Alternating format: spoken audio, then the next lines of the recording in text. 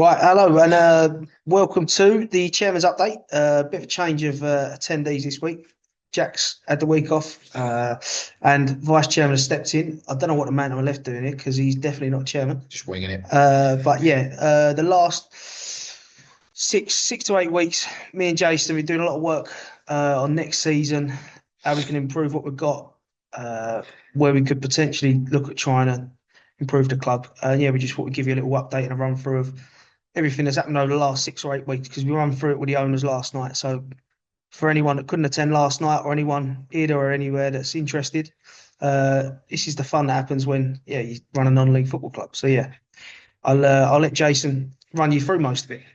Yeah, so as Jono says, the last month, 6 weeks, probably longer than that, if I'm honest with you, we're always planning ahead. But obviously, as the end of the season is coming near, time's ticking off, and probably naively quicker than we think. It's been quite a stressful period. So we've been looking at next season where we want to play. Obviously, as most of you know, we play at step 7. We want to get to step 6. Obviously, that's the biggest jump in non-league football, in my opinion. I mean, I think probably when you get to the Isthmian Prem to the National South is also quite a big jump. But yeah, I think step 7 to step 6, when you go from sort of top level park football to proper non-league football, is a massive jump in terms of facilities.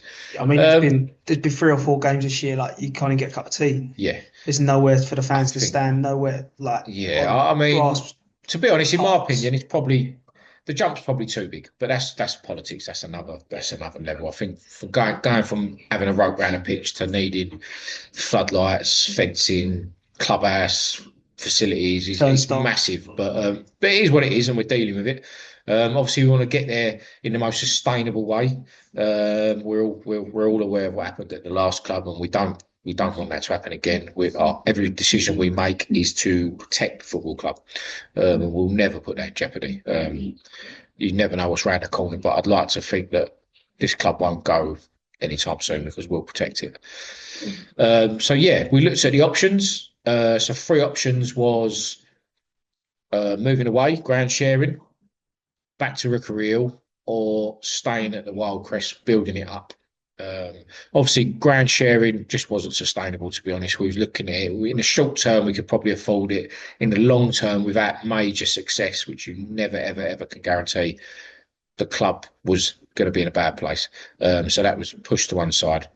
Going back to Rookery Hill, to be honest, was never a goer. We looked briefly at it. Wasn't going to happen. But the Wildcrest, building it up, is definitely where we see the best way of doing it.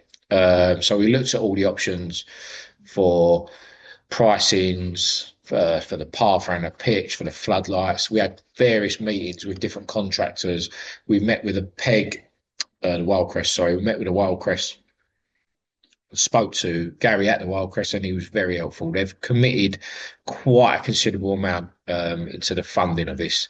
Obviously, as a club, we need to fund a lot of it ourselves as well, but we feel like we can do it with our fans, with our owners. So the work for that will start in the summer. We hope by the start of next season we will have probably 75% of it done. But obviously the big one is floodlights. So in our plan as it stands, the 26-27 season will be our first season we can get promoted. But that's not saying that if things don't happen quicker, that won't come earlier. My sole job, along with Jono, we've had a lot of help from Kev, our manager, as well, is to get this done. So if things fall in our laps, this could happen quicker. But we're committing to 2 years, which we think is acceptable for a new club we're at. Do you agree? Yeah, 100%. And yeah, as Jason said, the word sustainable, I think that's really, really what we're after. I think we're going to do as much as we can, but just as quick as we can. We're not going to rush it. There's a lot of things we need to put in place. We've not got a real big pot of money sitting there, and what we have got sitting there, we've got to use sparingly because we don't take your money for granted. Every penny that we spend is needed. The ground sharing options would have been taking the club on the road, not really having a home. As Jason said, you've got one season and one season only. And then if we'd have spent all the money on a ground share for 1 year, we'd have put ourselves in a position where the year after we'd have had to probably put our bag back on our shoulder and just wandered back to step 7 forever. Yeah, it's been a lot of good hard work. Trying to also get a reserve side to play with next year, bring over a ladies side. So we've got a couple of more teams playing under the community football club banner.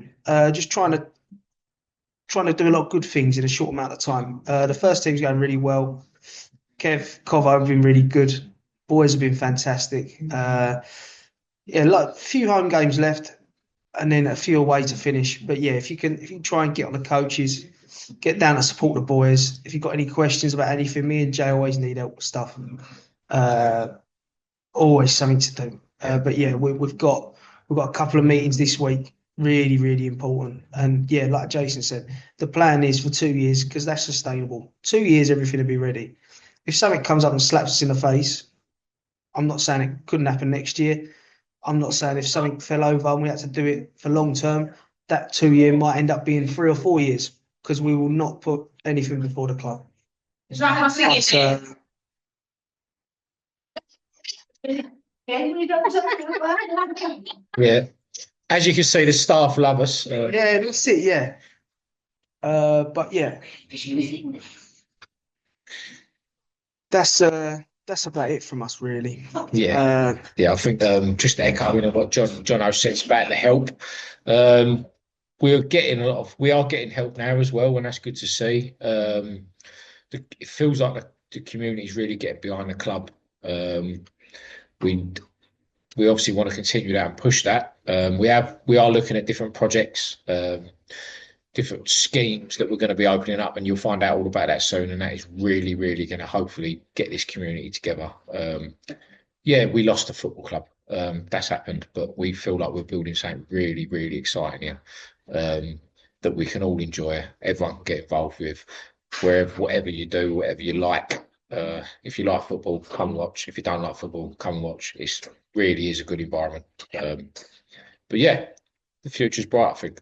Yeah, I think so too, mate. Yeah. So yeah, the last couple of months have been good hard work, and yeah, we've got 6 weeks left.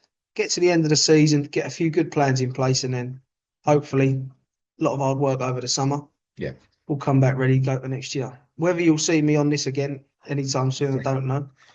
Hopefully, depending on how our meetings go this week, we might have a little update next week. But yeah, that's just where we're at. We're going to try and put as much as we can in here over the summer. 2 years' time, we're ready to go. And yeah, we can't put this club in any sort of jeopardy because it's not ours. We're running it for 100%. you, all of you. Lovely. But yeah, enjoy your weeks, and I'll hopefully see most of you next Saturday because I will be far, Cheers. far away this week. Thank you.